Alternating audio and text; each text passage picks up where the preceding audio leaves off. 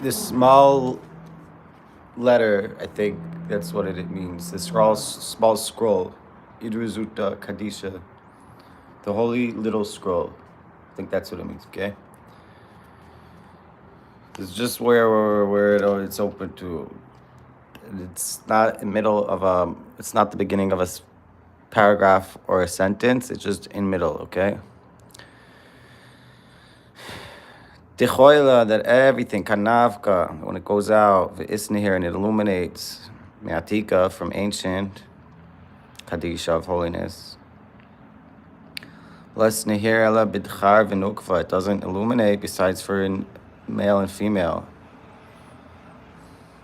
Hay chachma spashat vapik mine bina, this wisdom spreads out and goes out from it, understanding, v'ishtichach, and it comes out, it's found that it's male and female.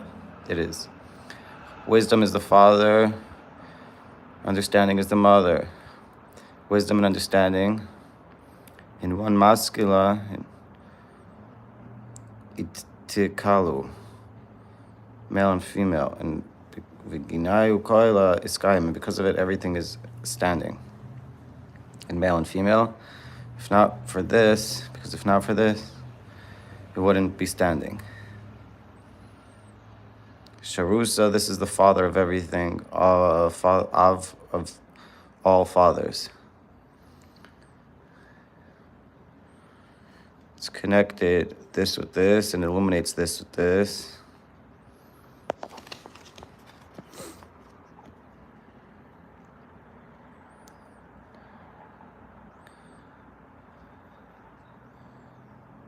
Kad ischaber alidu, and when they connect, they give birth.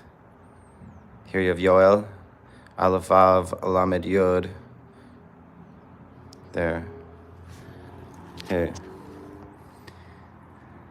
You have Yoel. You have the Yod, Vav, Aleph, Lamed. V'spashat mehem nusa. So when they connect, they give birth, and it comes out from faith, I believe. Are faithful, or yeah. In the Agadatas of the house of Rav Yeva Sava, so it was taught. What is Bina? Rather, it is when it's connected, this and this, the Yud with the Hey, there's a impregnation, and it comes out a son, child, and they give birth. And because of this, Bina is called Ben Yud Hey. Bina is the letters of Ben, Beis Nun, child of Yud-Hey. It's a child of Yud-Hey. Shleimusa dechayla, it's the completion of all the things. Yishtachachu sarvayu dimischaberan, uvein begavayu klala dechayla. Comes out, both of them, that when they are connected, or that they are connected, and there's a child, begavayu, in general, of everything, I don't know.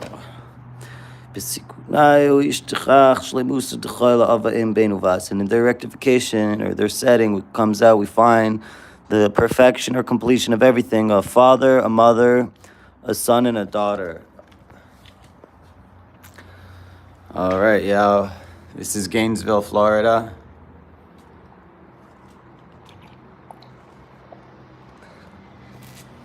This is delicious coffee brewed here in the house.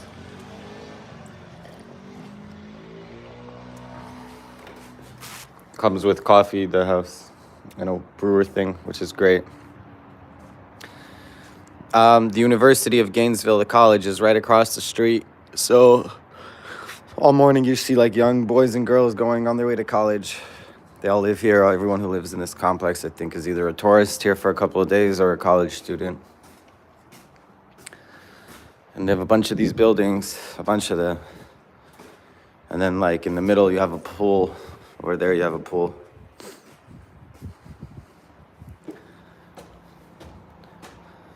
I'm here for treatment in the ketamine clinic and to get my prescription for ketamine.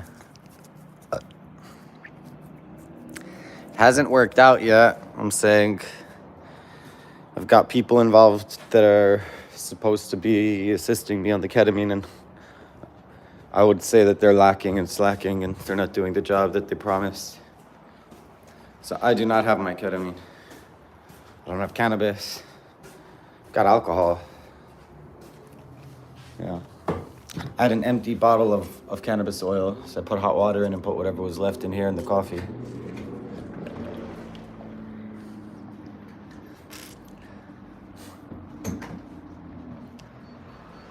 Thank you so much, Gene.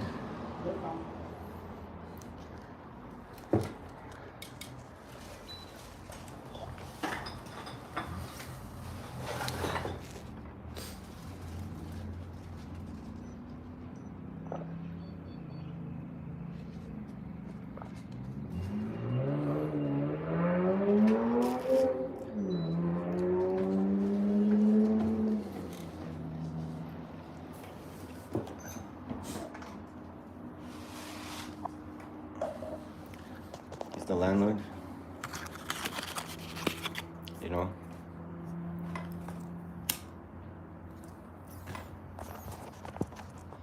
It's like $50 a night here per bedroom, or $60.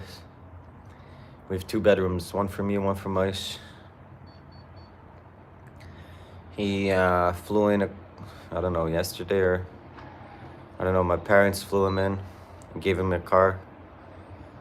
My mom gave him her car. So now we have a car. We have 2 rooms here and we have a car.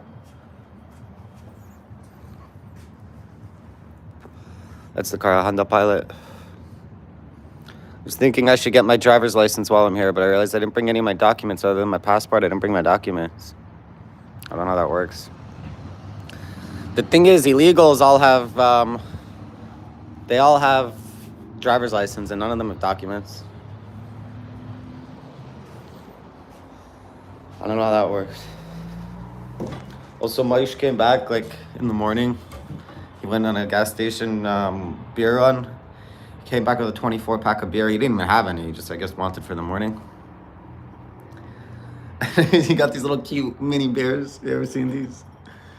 Coronita. It's not Corona, it's Coronita. It's these little baby beers. Baby Coronas. 7 ounces instead of 12.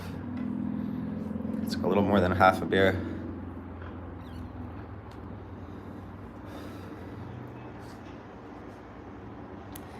He came by and brought, like at 2 a.m. he showed up, 4 a.m. I don't know what time he showed up, maybe like 4 a.m. he showed up. With like a bunch of kosher meats, like sliced meats and dried meats, and like breads, hummus, ketchup, mayonnaise, I don't know, like basics, you know, milk. All the stuff that you need a kosher grocery for.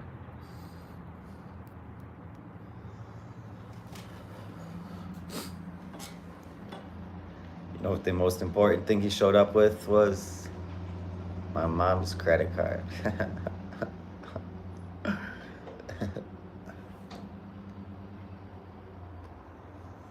And the car is pretty important. All right, let's do here, this paragraph here. Hashdeis listakila. Now, right now, there is to look. We should all look right now. Bina, understanding. Okay, the feminine mental capacity. Vikre Sivuna, and it's called Tivuna. Bina is called Tivuna. It's the same word, by the way. It's the Beis and the Nun, the son of Yod-Heh, right? Like we said before. But you could also, it also has a form where it's called Tivuna. You still have the Hey, but you have a Taf instead of the Yod in the beginning, and you also have a Vav in the middle between the Beis and the Nun. It becomes Tivuna. It's the same word.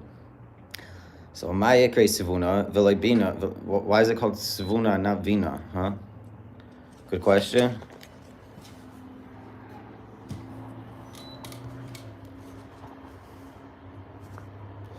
Bina, but it's called Tivuna. Why is it called Tivuna and not Bina? Ela Tivuna Ikre B'shata Diyan Ka L'Srein Benin Benuvasti Nun Vav Hey. So rather or but, Ella is like rather or but, Tvuna, it's called at the time where it's giving sustenance. It's being yoinek. Yoinek is like a mom who feeds her child with her breasts. So have a good day. You too. So at the time that she's being yoinek, she's giving sustenance to the two children, the son and the daughter, which are the vav and the hey, the vav hey. So when Bina is giving sustenance to the vav hey, it's called tivuna. That time is called tivuna. The time itself is called tivuna. Because everything is included in these letters. Bein uvas, son and daughter, inun vav hey, and they are vav hey. Everything's included in these letters. So vav is the son, hey is the daughter. And all of it, one general or one inclusion. Behind tuvuna. And this is tuvuna. Okay?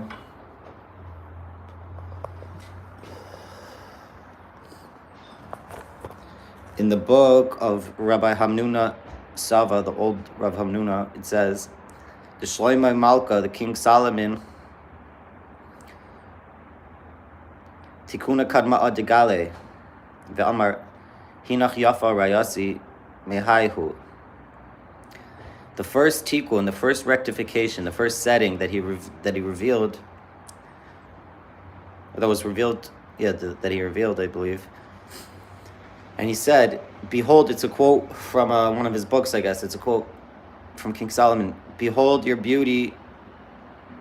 Behold, you are beautiful, my beautiful, you are my companion. I think Rayasi is my companion. Or my friend, or my lover, maybe my lover. So he says, behold, beautiful, you are my lover. From this, mehai, it is. Mehai, who? From this it is. We'll just keep reading, even though I don't understand it. Because this is without a commentary. This is just the words in Aramaic. V'sikuna sinyana ikre kala. And the second tikkun, second rectification or setting is called bride. The nukva dil sata, which is the feminine down of below. Inun da'amre, and these are that it says, that they say, Desarvayu lahai dil sata inun love hachi dehe karma Allah ikre kala. Dehe vasra ikre kala lezimnen yidin, daha zimnen sagin inun didchura. Lo eschabar ima v'istalak mina be'ahu zimna ksiv el isha benidas tum asole sikraf. Wow, okay, so let's go back on that.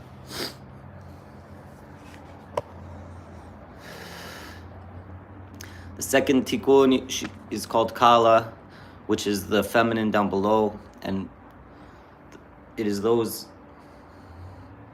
and they say, and they are those that say that they're both to this female down below. They are. It's not so, because the first hay is not called kala, and the second hay is called kala at specific times, at known times. You have two hays in the tetragrammaton. You have yud hay and vav hay, right? The first hay is not called bride, and the second hay is called bride at known times, because there are many times, or enough times. Sagi is enough. There are enough times, or many times, that the male is not connected with her and is removed from her. And at that time it's written, and it's a quote from the Bible, and to a woman, here's Be Yoel, in Yoel, Yoel with the bays, in Yoel. Bays, Yud, so Bays, Yud, Vav, Aleph, Lamed, Be Yoel, Bays, Yud, Vav, Aleph, Lamed. So anyways, it's written, and to a woman in her nida, in her menstruation, tumasa, her filth, in her filth of menstruation, do not approach. You will not approach. So in those times, the male is not with the female, and she wouldn't be called bride. The second hay. B'shata the istakeas nukva, at the time that, I don't know what this word means, the female udchura ba'ilis chabraima, Maybe that she's purified. I think that's at the time when she's purified and the male comes to connect with her. Kidei nikre kala. Now she's like that. She's called bride.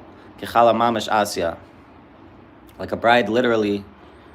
She comes asya. Maybe she comes. Aval hay ima, but this mother bina loy ifsik ruusa desarvahu almin.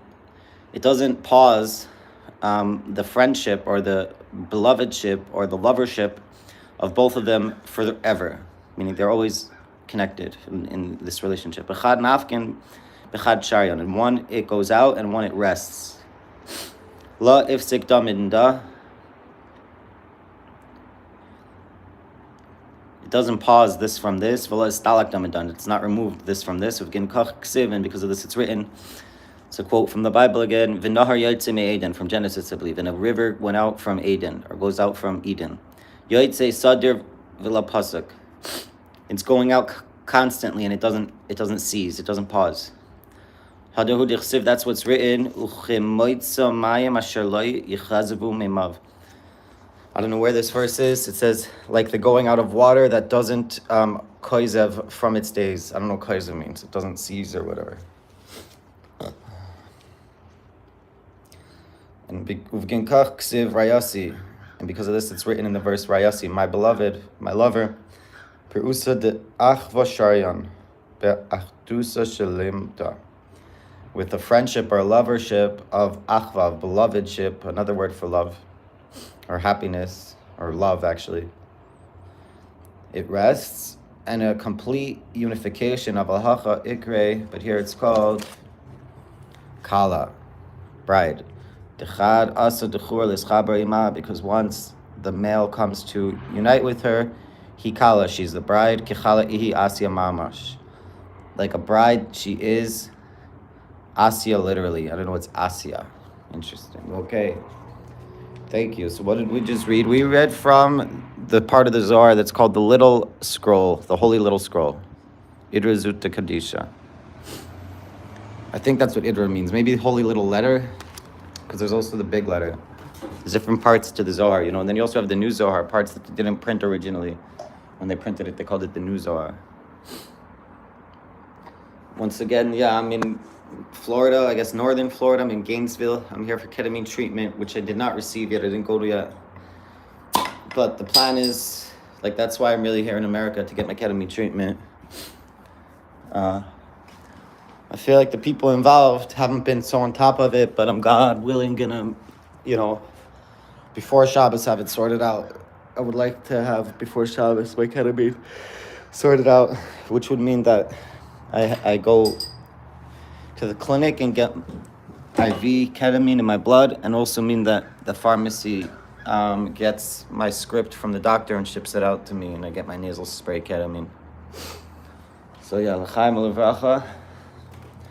Thank you, Hashem, for bringing me to America, and thank you, my parents, for footing the bill and bringing Moshe here for me. I messaged Moshe. I told him, yo, I'm going to be in ketamine treatment in Florida. I need you to come chill with me. If you could make it here, that would be great.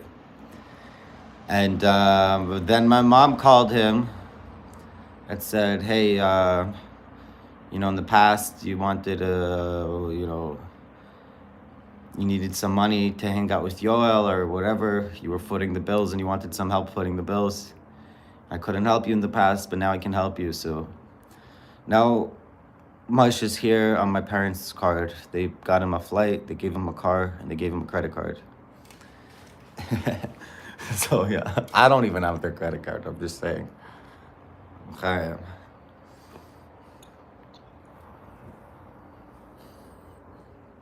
So funny what God can pull off. You just have to speak your words and manifest them. I mean, it takes time maybe, because time is not a thing. It's hard to make associations oh, this happened because I put out a prayer, or because I worded my requests, or I worded my desires and my wants and my needs. A year ago, 6 years ago, 12 years ago. It's hard to connect the dots and say, oh, this is a cause and effect here, because the time confuses us. But when you go beyond time, you realize, cause and effect can be 12 years apart. A direct cause and effect can be 12 years apart. What, it takes 12 years to manifest? No, not really. It just, things have to fall in place. But yeah, you should definitely use your words to manifest the things you want. It's not just the words, by the way. It's intention, which is your imagination. So it's like, I would give you advice and say, vividly imagine as vividly as possible with all the details, the life you want and the things you want. And then holding that intention and that vivid imagination, use your words to express that. Express it to yourself, express it to your lovers, your friends, express it to God. But express it with your words. First, vividly imagine what you want, and then express it with your words. In magic, we say abracadabra. What's abracadabra? Well, we were just reading an Aramaic book. You know what abracadabra sounds like to me? And I've heard other people say this first. It's not my line. But abracadabra sounds like the Aramaic words evra kedavra. Evra means I will create. Aleph beis resh aleph. Evara. Like Bereshis bara, in the beginning, in Genesis, God created bara. So if you put an aleph before the word bara, it's evra. Evara, or abara. Abara. Abara. And kidabara, what's kidabara, or kidavara, or dabara? Dibor. Dibor is speech. So kidibara, kidabara, like my speech, or like I speak. Like I speak, yeah. Like I speak. So I create as I speak. I create like I speak. Abracadabra, I create as I speak. Words are very powerful, you know? There was this dude that came to curse the Jews in the desert when they were traveling or something. Bilam. And Bilam was a really wicked character, but he was very powerful. He had the power of Moses. He could have been the Moses for the Gentiles. He just went off and did bad stuff. But he was on the level of Moses in terms of his spiritual power. Now, he was fucking his donkey. He had a relationship with his donkey. It's a very strange character, okay? Anyways, he came to curse the Jews, and God didn't let him curse the Jews. God changed the words in his mouth, and he ended up blessing the Jews. Something like that. But why, if, you know, we're dealing with God, why can't God just let the guy curse us and just not let the words have any effect? Because that's not the way it works, dude. Even a wicked guy like Bilam, his words are powerful. Words have effect. God didn't let him curse the Jews because his words are powerful. You know? Words are so powerful. There's bad words like destruction words when you say bad things about people. It has a negative effect in the world. That's one type of bad language, you know, bad words. There's words that are bad because you're cursing. A person can curse and put bad intention and bad negative energy on people, you know. It's like food. I ate somewhere all week and it was very good, delicious food. On the last day, they were very mean to me and they got the cops involved, whatever. And they lied to me about the food. They said there's food waiting for me, and there was really cops waiting for me. But anyways, at the end of all that, I still got some food out of them. And that food made me really sick. All week I ate their food and I was fine. When they were mad at me and they called the cops on me and then gave me food, that food made me sick.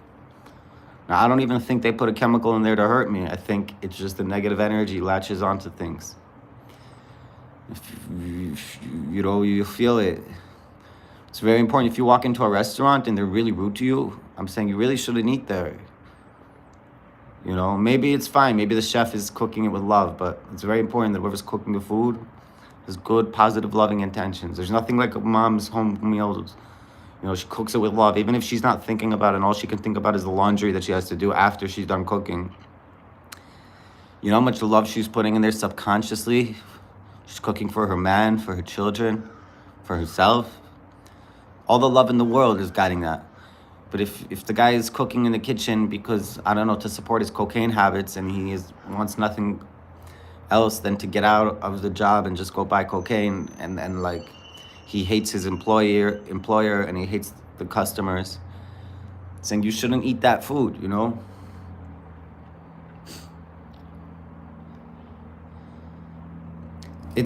We talk about being shomer, 3 things. We talk about being shomer Shabbos. Guarding Shabbos means like not smoking a cigarette in public on Shabbos, you know? We talk about being shomer abris, which is guarding the covenant. That it's a reference to the sexual organ and the reproductive organ. You know, it's meaning to guard your seed, and that is very. I'm saying that's the most complex, I think, because there's levels to guarding your seed. There's guarding your thoughts, and that would be included in guarding your seed. But then there's also shomer alashon, guarding the tongue, guarding the words that you come out with of your mouth. They're very important, the words that come out of your mouth. You know, what makes us human is our faculty of speech. We have 4 levels of existence, which corresponds to the 4 elements. There's a lot of correspondences here. There's really a hidden fifth. There's a hidden fifth element. There's a hidden fifth level of existence. Let's start with the 4 elements and the hidden fifth element, and let's go move up. Let's see. Okay, so starting with the elements, you have, I don't know the order, but you have earth, you have water, you have fire, and you have air. Earth and water, fire and air. The hidden fifth one, the highest one, which is not even talked about, is called ether. Ether, or hiyoly. Hiyoly. Hiyoly also, I think, has yoel in it. Yoel with a hey, Eliyahu. I think. How do you spell hiyoly? We have to check it out how to spell hiyoly. Pretty sure it's Eliyahu.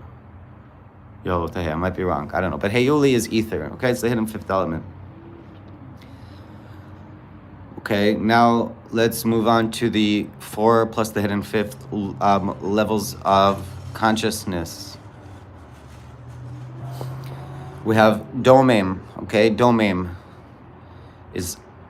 means silent, and silent domem is the level of mineral life and water. Water is on the level of domem, silent. Rocks and minerals are on the level of domem, silent. The next level up is tzomeach. Tzomeach comes from the word sprouting. I believe tzemach is also a name for the Messiah, for Mashiach, I believe. Tzemach means to sprout. Tzomeach means sprouting, I believe, something that sprouts. So that's the level of grasses, vegetation, plants, trees, fruits.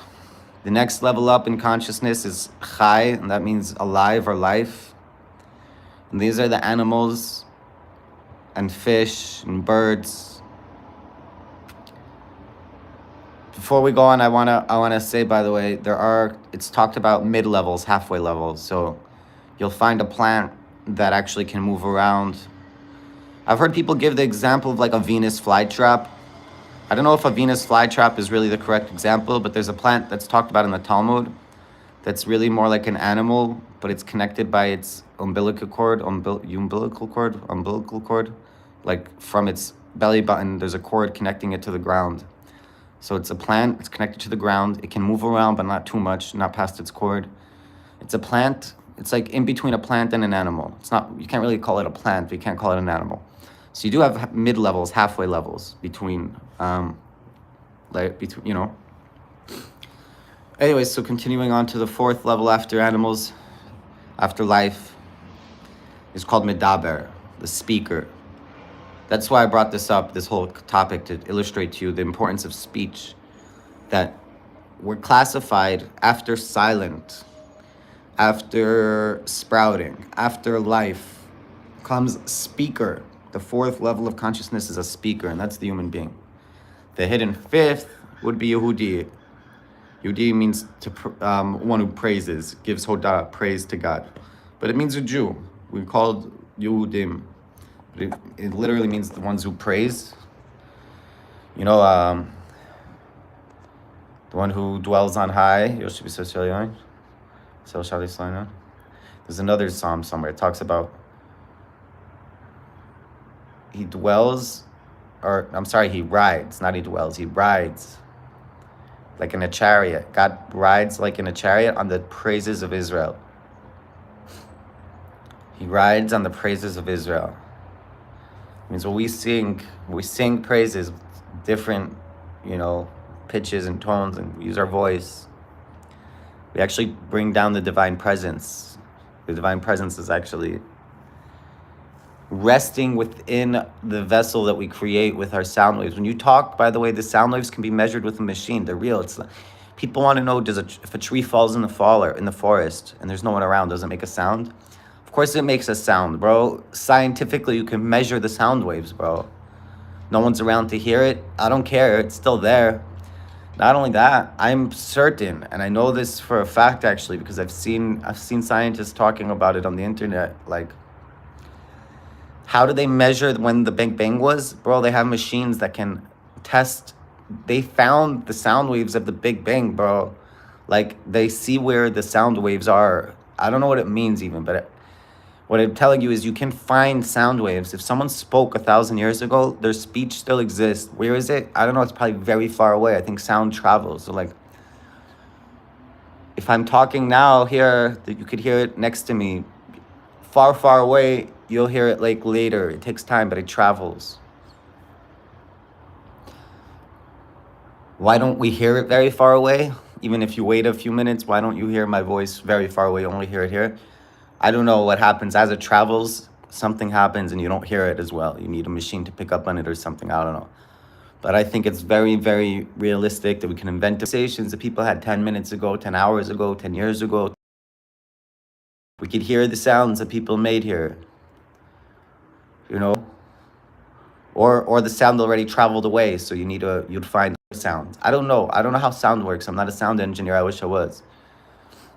But my point is, first of all, every word you ever spoke is out there somewhere. The sound waves are out there somewhere, and they're real. And it's important to be positive. They've done the test on water, they've done the test on rice, they've done the test on plants. You could call a plant or water or rice, you can call it a bitch every day, or you can say good things to it every day. Wait 30 days and see the difference, and you'll see the difference between the water that you said good things to and the bad stuff to. You can see the molecular structure changes. They've done it with plants. You can see it. You don't need a microscope. You can see the plant looks different. One grows nicely, one doesn't. You see with rice, one gets moldy and rotten, one doesn't. So words are very, very important. So that's what we have, guarding the tongue. We have guarding Shabbos, which is the Shekhinah, also the divine presence. Also the tongue, by the way, is the divine presence. The mouth is also Malchus. Mouth is Malchus and Shabbos is Malchus. Shabbos and Malka, you know. And then we have guarding of the bris, the circumcision, the covenant. That's, you know, I don't know how that's relating to the Shekhinah. That's the masculine, I guess.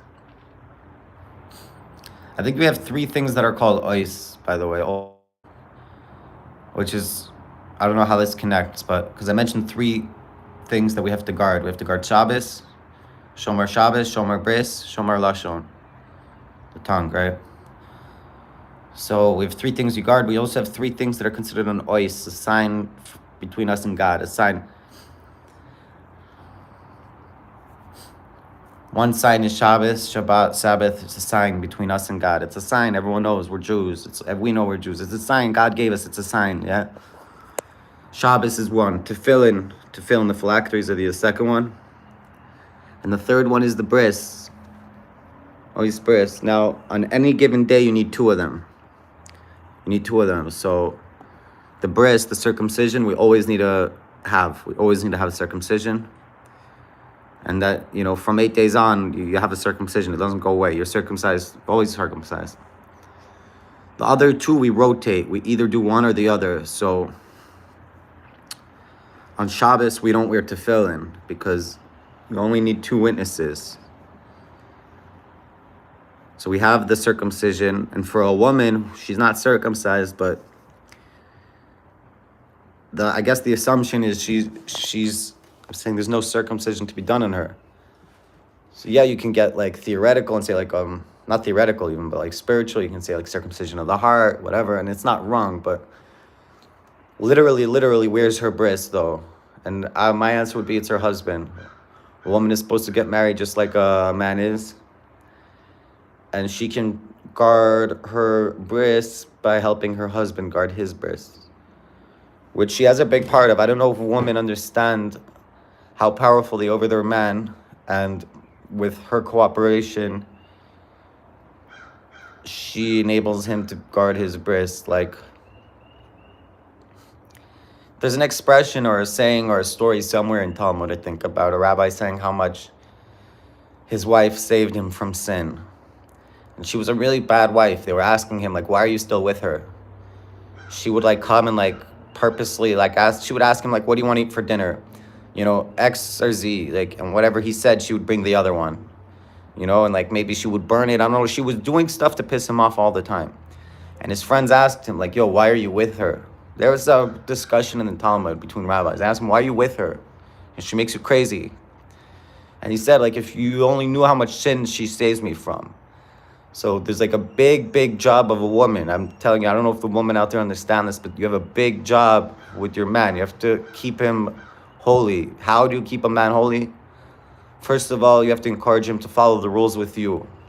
You know, a woman needs to keep away from her man while she's menstruating. She has to wait 7 days after she's done menstruating completely. She has to dip in a kosher mikvah, a natural body of collected waters, of naturally collected waters. Like a natural spring or pond or river or ocean, you know. And yeah, and then also, like, you know, to try to do everything with holiness. But a woman who's playing games with her husband or her man, whatever, and now he's, you know, sexually repressed or whatever the word is, and now he's not functioning properly, and he's going and you know, I don't know, watching porn and jerking off, or going with hookers, or just going with random women that are not healthy for him. I'm saying I would blame the woman. I would blame the wife. I would blame the wife. You know, it's your job, it's your responsibility, make him happy. And if he's looking other places, I would blame the wife. You know? It's the woman. Woman has a huge role to play in the guarding of the bris. So the question that I rose up was, how does a woman guard the bris of the milah? How does she guard the covenant of the circumcision? It's by protecting her man's circumcision, by making sure her man is happy and doing what he's supposed to be doing in terms of sexuality. He's not doing bad things, not with her, not with other people, and by keeping him pleased, you know. Doesn't mean that in an ideal relationship that you're having, you know, sexual intimacy, sexual intercourse all the time. It depends on the person and his occupation. I think this is also discussed in the Talmud. I'm not sure exactly where, but it's talked about how often a man should be with his wife. There's a minimum requirement also, because in the marriage relationship document, he agrees to give her sex, clothing, food, probably a roof over her head, like a house. Like, there's basic things he guarantees that he's going to give her, and one of them is sex. So one discussion in the Talmud is, what's the minimum? You have to have sex with her how often? And it talks about, what about a guy who travels? Let's say he travels for work. What if you work as a sailor, right? So different occupations have different minimums amount of time you have to have sex with your wife, minimum this frequency. But besides that, it's talked about also, like,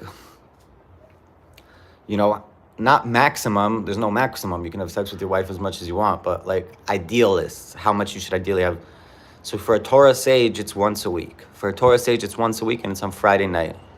It's on Shabbos, because on Shabbos, even unrectified intentions become holy. So I'm saying all your intentions go into the seed, and they become the baby.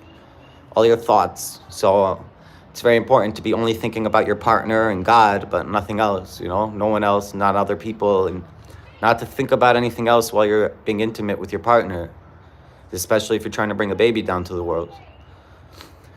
You know, so the thing is, on Shabbos, all that intention doesn't matter as much, because it's automatically brought into holiness. Obviously, you should always have good intentions, but I'm saying on Shabbos, it's the best time to have sex, because even if your intentions are lacking, God completes them. Something special about Shabbos. So we have sex on Shabbos ideally. And then there's rules about having sex.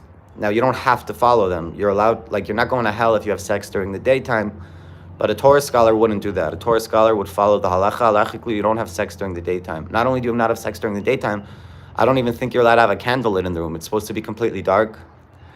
Both partners have to be completely naked. You can't have your socks on. You know what I'm saying? And there's the standard missionary way of doing it, which is very like deep and mystical, that the man is on top. It doesn't mean she's not allowed to ride you. It doesn't mean you're going to go to hell if she rides you. You're not going to hell. You're allowed to do whatever you want. Legally, Rambam, Maimonides writes about it. He says, with your wife in the bedroom, you can do anything you want. There's nothing that's off limits. You could have anal sex. She can give you a blowjob. She can, you could come on her hair. You could do whatever you want. People think you have to come inside of her. You're wasting seed. I don't think that's true. I think there's ideals, and a Torah sage would follow all the ideals. He would only have sex in complete dark, only completely naked, only Friday night, and would follow all the rules. But for a regular guy like me and you, bro, we don't have to follow those rules. They're not meant for us. You want to know halachically what you're not allowed to do? Read the actual law. But what you're not allowed to do, I don't even think there's anything you're not allowed to do. You're not allowed to have sex with a woman who's menstruating. Or, yeah? You're not allowed to have sex with your mother and your sister. You're not allowed to have sex with your dad's sister or your mother's sister. There's like basic things you can't do, but other than that, you can do whatever the flip you want.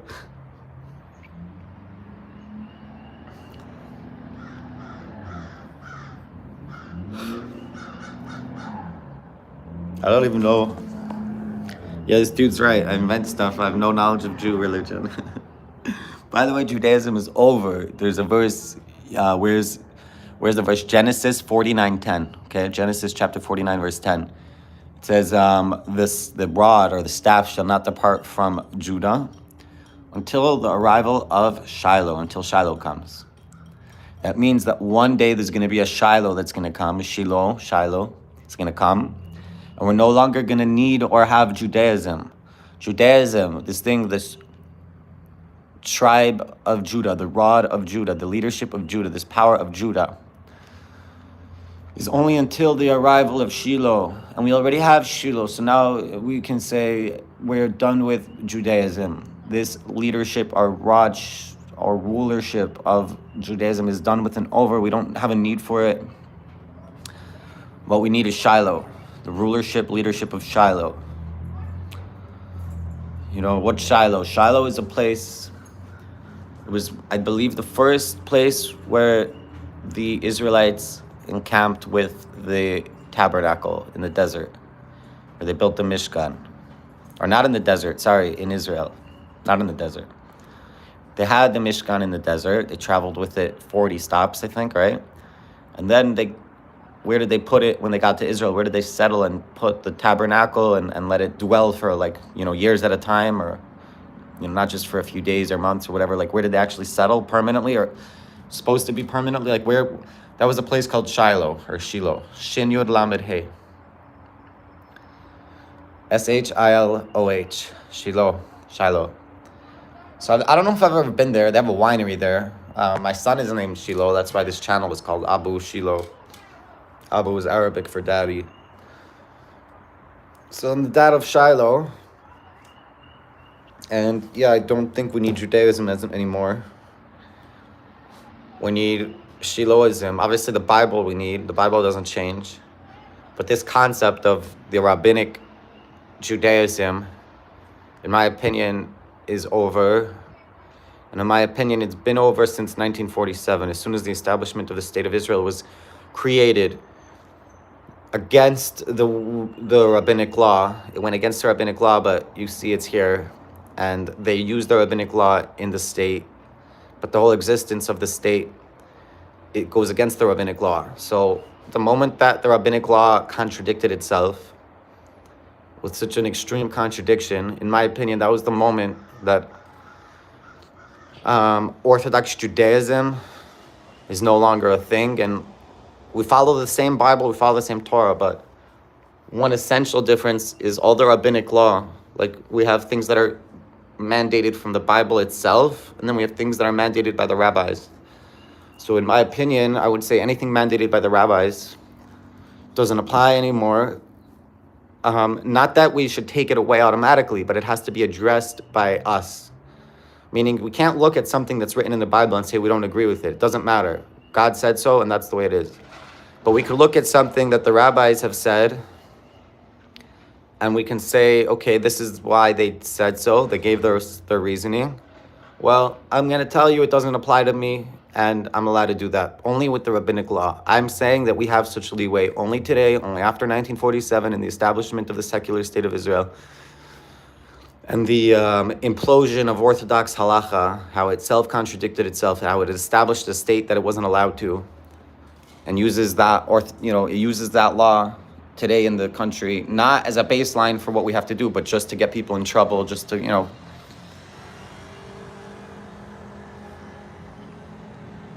So, biblical law from the written Bible, you can't play around with.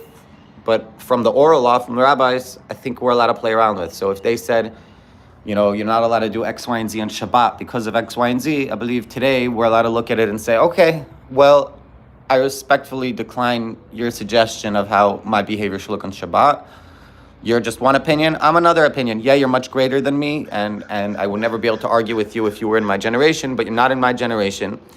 You made a law for your generation and for all the generations until the end of days.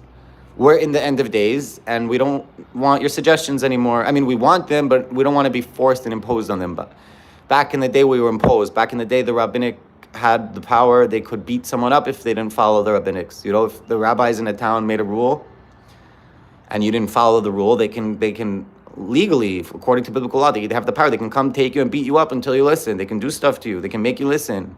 They had authority, real authority. I'm trying to say that today they don't have that authority, and there's no rabbinics. We are the rabbinics. We are the rabbanan.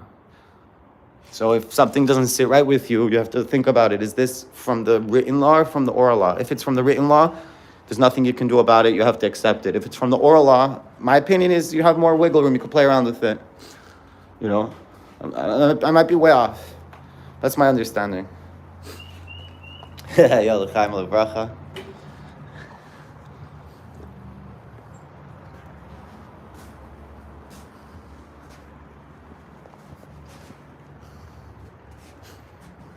It's our car. My mom's car she gave to Moshe for like 10 days, I think, with a credit card. Rented an Airbnb right next to university. Yeah. Anyways, what does it mean to have knowledge of Jew religion? I'm saying, I don't know how much knowledge of Jew religion one can acquire, but as much as is possible, I think I do have, as you call it, ninja knowledge of Jew religion. I'm saying, first of all, I have religion knowledge of Jew, or whatever you called it, by osmosis, which means I absorbed it growing up. I grew up in an Orthodox family. Without ever opening up a book, I already knew what it means to be a Jew. In some level, I understood what it means that I'm Jewish and what it entails and what's required of me and what's the Bible, how to read the Bible, what the Bible more or less says. Obviously, you can always revisit these things and learn them again in a new level.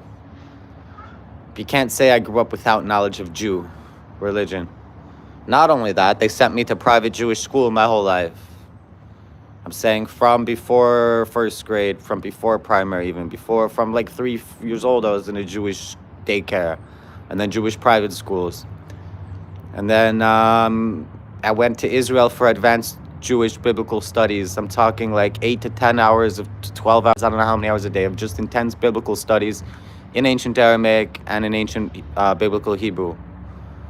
So, yeah, you can't tell me that I have no knowledge of Jew religion, bro, when you can't even put together an English sentence, but you're trying to degrade my intelligence and my knowledge without knowing 2 shits about me. Obviously, you didn't like something I said, but you can't articulate what it was. So, I don't know what kind of ninja you are, but I think you're a fake, and with the real ninja, please stand up.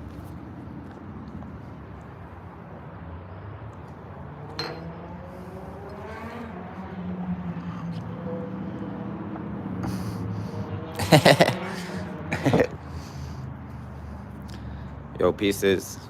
Thanks for watching my live. I'll catch you later. God